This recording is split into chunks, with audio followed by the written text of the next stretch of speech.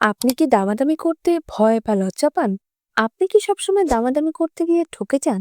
তাহলে এই ভিডিওটি অবশ্যই আপনার দেখা উচিত। আপনি কি কখনো ভেবেছেন কেন কিছু মানুষ ব্যবসার ক্ষেত্রে দরদাম করে ঠিক তাই পায় যা সে চায়, আর আপনি চাইলেও মুখ খুলতে পারেন না?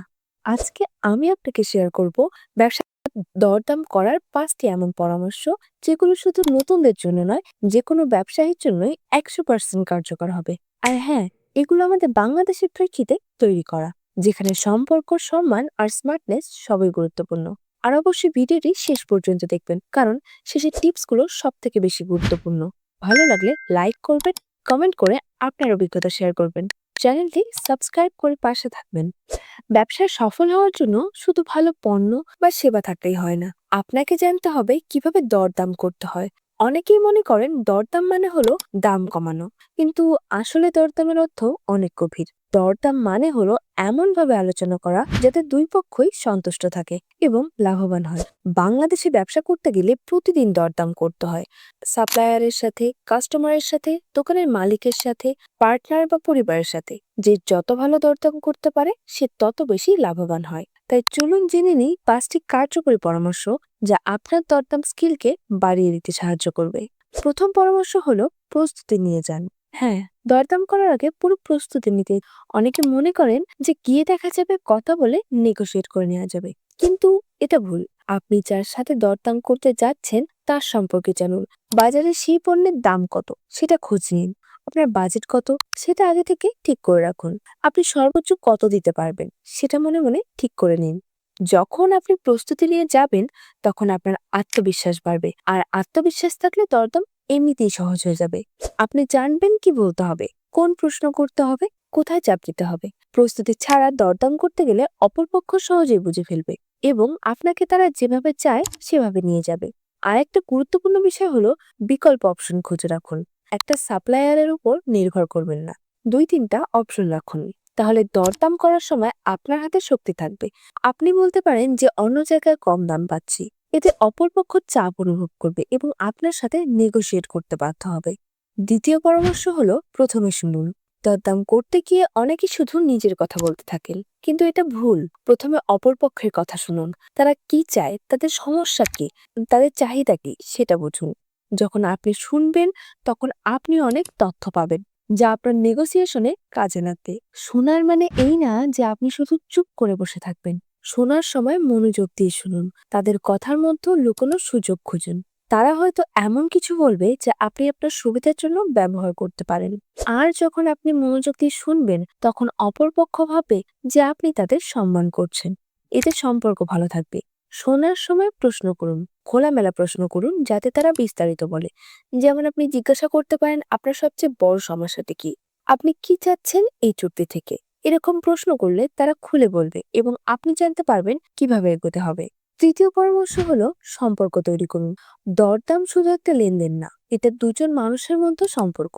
আপনি যদি শুধুমাত্র নিজের লাভের কথা চিন্তা করেন এবং অপরপক্ষকে যেভাবে পারেন চেপে ধরেন, তাহলে হয়তো আপনি একবার সফল হবেন, কিন্তু দীর্ঘমেয়াদী সম্পর্ক টিকে থাকবে না। ব্যবসায় দীর্ঘমেয়াদী সম্পর্ক খুবই গুরুত্বপূর্ণ। একজন ভালো সাপ্লায়ার, একজন বিশ্বস্ত কাস্টমার, এগুলো আপনার সম্পদ। তাই দরদাম করার সময় সম্পর্ক তৈরিতে জোর দিন। ভদ্র ব্যবহার করুন, তাদের সমস্যা বুঝুন। শুধু দাম কমানোর চিন্তা না করে দেখুন কিভাবে দুই পক্ষই লাভবান হতে পারে। বাংলাদেশে ব্যবসা অনেকটা সম্পর্ক নির্ভর। আপনার যদি ভালো সম্পর্ক থাকে, তাহলে কঠিন সময়ে মানুষ আপনাকে সাহায্য করবে। কিন্তু যদি আপনি শুধুমাত্র সবসময় নিজের লাভের কথা চিন্তা করেন, তাহলে কেউ আপনার সাথে দীর্ঘমেয়াদে কাজ করতে চাইবে না। সম্পর্ক তৈরি করার জন্য ছোট ছোট বিষয়ে যত্ন নিন। সময় মতো পৌঁছান, প্রতিশ্রুতি রাখুন, কথা রাখুন। এগুলো ছোট মনে হলেও এগুলো আস্থা তৈরি করে। আর একবার আস্থা তৈরি হয়ে গেলে দরদাম অনেক সহজ হয়ে যায়। চতুর্থ পরামর্শ হলো নমনীয় থাকুন, কিন্তু দৃঢ় থাকুন। এই দুইটা শুনতে হয়তো বিপরীত মনে হচ্ছে, কিন্তু এই দুইটাই দরকার। নমনীয় থাকা মানে আপনার মন খোলা রাখুন। হয়তো আপনি একটা দাম মনে করে গিয়েছিলেন, কিন্তু আলোচনা করে দেখা গেল যে অন্যভাবে চিন্তা করলে দুই পক্ষেরই লাভ বেশি হবে। তখন নমনীয় থাকুন, নতুন আইডিয়া গ্রহণ করুন, কিন্তু অবশ্যই এর সঙ্গে দৃঢ়তাও থাকতে হবে। আপনার মূল লক্ষ্য থেকে সরে আসবেন না। আপনি কি চান সেটা পরিষ্কার রাখুন।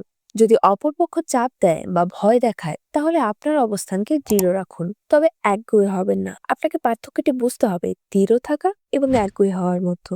নেগোসিয়েশনের কখনো কখনো একটু ছাড় দিতে হয়, কিন্তু সেটা বুঝে শুনে দিতে হবে। যেমন আপনি দামে একটু ছাড় দিলে কিন্তু বিনিময়ে আপনি বেশি পরিমাণে অর্ডার নিলেন বা তাড়াতাড়ি পেমেন্ট নিলেন, এটা হলো স্মার্ট নেগোসিয়েশন। আপনি একটা জায়গায় ছাড় দিলেন কিন্তু অন্য জায়গায় লাভবান ঠিকই হলেন। পঞ্চম এবং সবচেয়ে গুরুত্বপূর্ণ পরামর্শ হলো জয় জয় পরিস্থিতি তৈরি করুন। এটা হলো সব থেকে বড় সিক্রেট। অনেকে মনে করেন দরদাম মানে হলো একজন জিতবে একজন হারবে। আমি যদি বেশি লাভ করি তাহলে অপরপক্ষ কম লাভ করবে, কিন্তু এটা ভুল চিন্তা। সেরা দরদাম হলো যেখানে দুই পক্ষই জিতে, দুই পক্ষই লাভবান হয়। কিভাবে এটা সম্ভব? সম্ভব যদি আপনি সৃজনশীলভাবে চিন্তা করেন। হয়তো আপনি দাম একটু বেশি দিলেন, কিন্তু বিনিময়ে আপনি ভালো মানের পণ্য পেলেন এবং দীর্ঘমেয়াদে একটি সম্পর্ক তৈরি হলো। অথবা আপনি আপনার পণ্যের দাম একটু কমালেন, কিন্তু বিনিময়ে আপনি একজন বড় ক্লায়েন্ট পেলেন যে নিয়মিত কেনাকাটা করবে।